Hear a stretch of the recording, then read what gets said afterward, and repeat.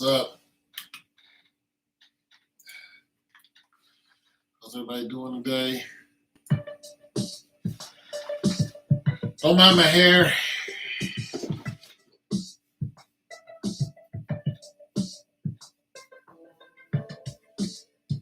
All right, so I was looking at transgenders competing against the natural born people and the males.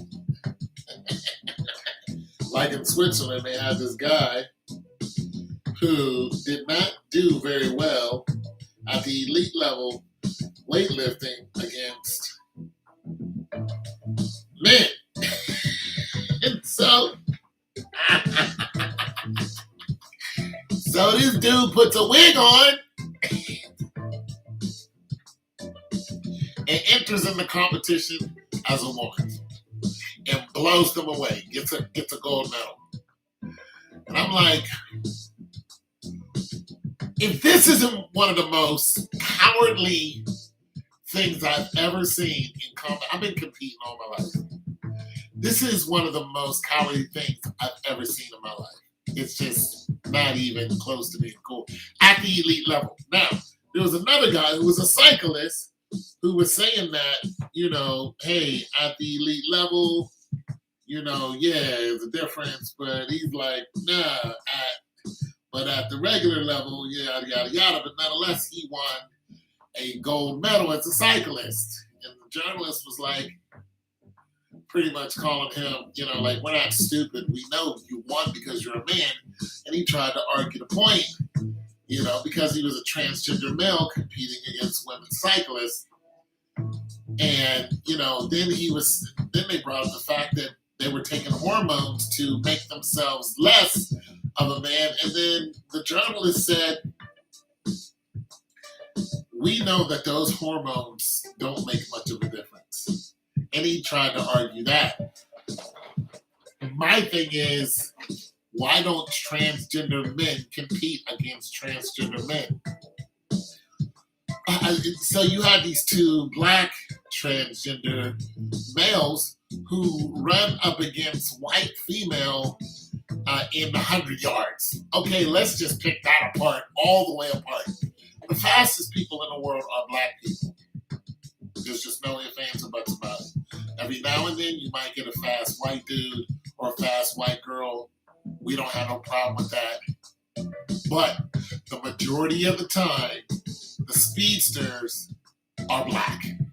Just when it comes to the 100-yard, whenever they line up, let's just look at it. Within the last 10 years, how many white guys have been in the Olympics in the finals running up against the fastest black guys? How many?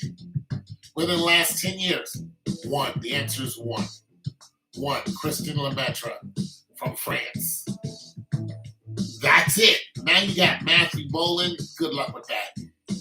I mean, he's already been beat.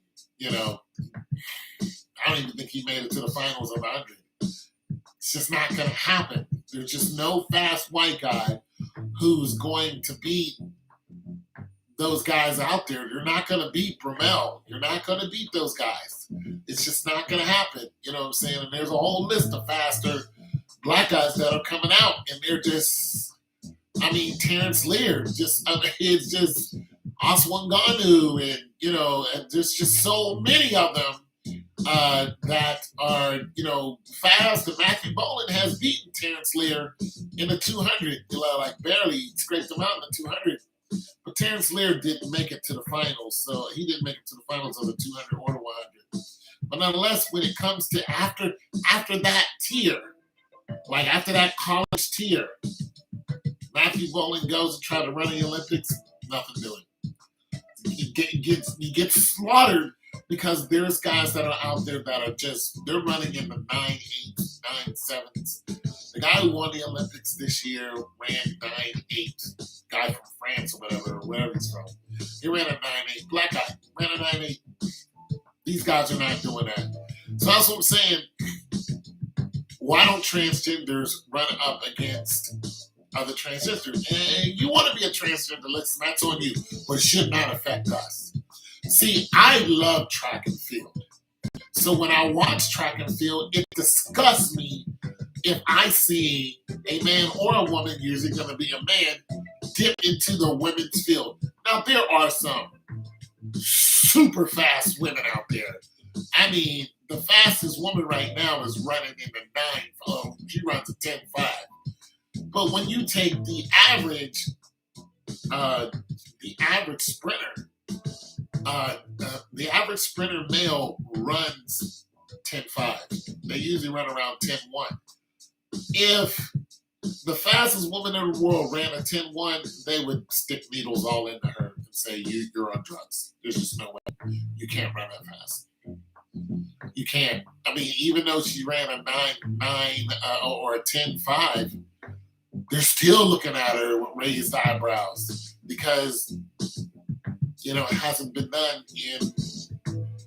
since FloJo. I mean, this woman is running FloJo times and looks like she can run faster. So, yeah, you got like 4 women that ran into the 10.6 region, and one of them was on drugs.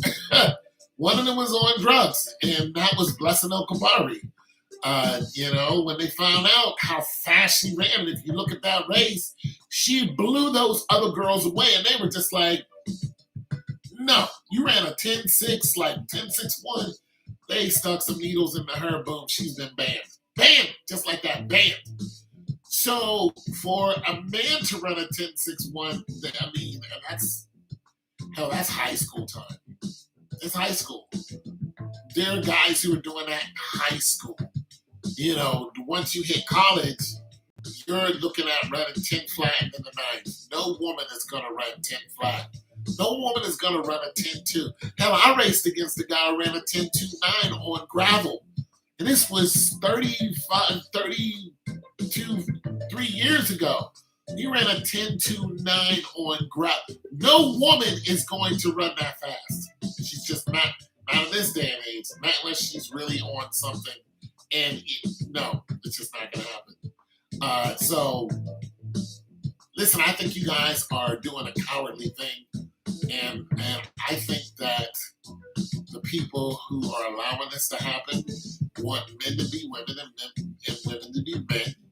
And they want to feminize the men, and they want to emasculate the women, and they want these women to believe that they can do anything a man can do, and it's clearly not the case.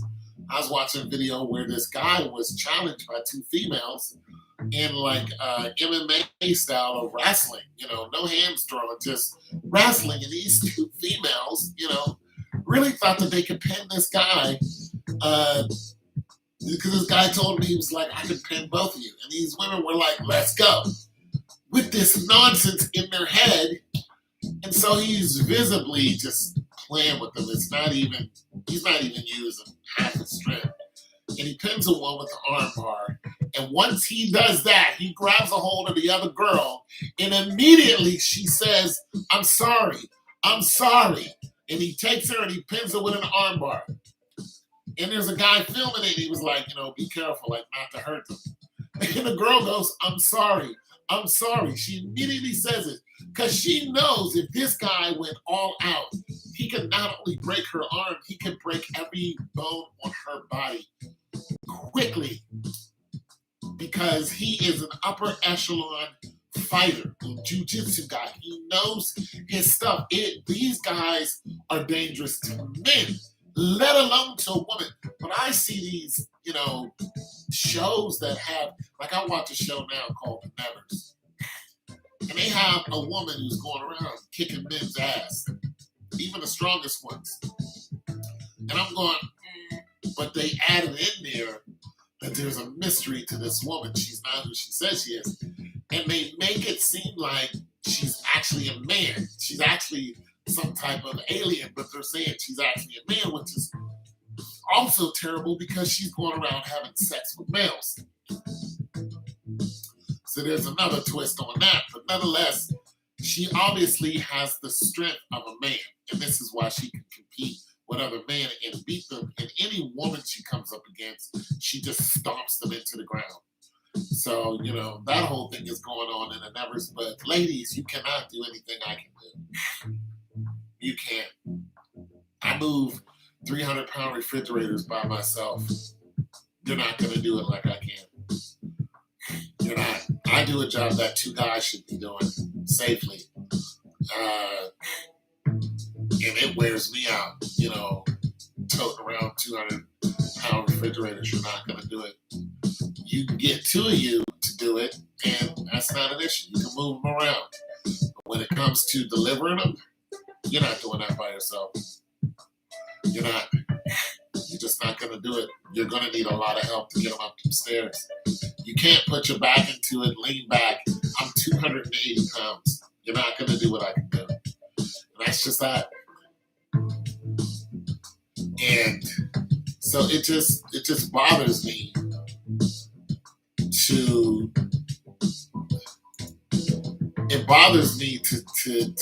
see like these 2 black kids running up against these white girls.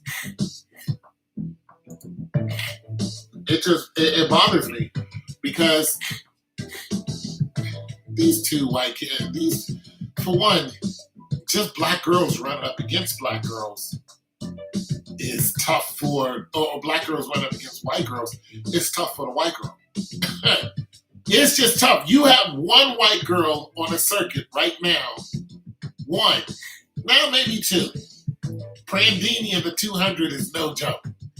But she ain't won gold. But she's no joke. Prandini, the diver. I like some Prandini. But then you have the chick, the big muscular chick, big Nordic chick, I forgot what her name is. Oh, Daphne Skippers. She's the 3rd fastest runner in the 200 ever. The girl can run. I mean, she hasn't been doing as good recently, but my goodness, she's ridiculous. So you got maybe 1 or 2 white girls out, but the rest of the field is black. The fastest girl in the 400 is a white girl too. She's Russian. But this is, something that was set a while ago. But they don't even allow a lot of them to compete because they were all on drugs. She ran a 47, right? That's the record. Right now, nobody is coming under 48. I think Mo, once she hits about 25, she's going to hit 47. I just think she's going to do it. Yeah. Because she can already dip in a 48. And she's 19, just won Olympic gold. So I know, give her a couple of years, some muscle strength, she's going to dip right in the 40. Heck, she might even beat the world record and bury it. I think Mo could probably shoot the 400 3 seconds faster. I do. I think she can run a 46 at the top of her game. I just think she can. And I have no doubt in my mind. So, yeah. So, transgenders should compete against transgenders. Let's just make it fair. Other than that, you guys, you're just being cowardly. And they shouldn't give you a medal. And I don't want to watch you play. I don't want to watch you do anything. There's a guy in rugby doing the same thing. This guy is 220, 6'3". He's playing rugby with the female like you're a coward. And these females have to accept, no, I don't accept you whatsoever. And if I met you, I'd tell you what you're doing is cowardly. Come over here with the guys who also are 6'3", 6'4", 240, and see how you do. You're going to get smashed. That's just my opinion. It's your boy Tom Toe.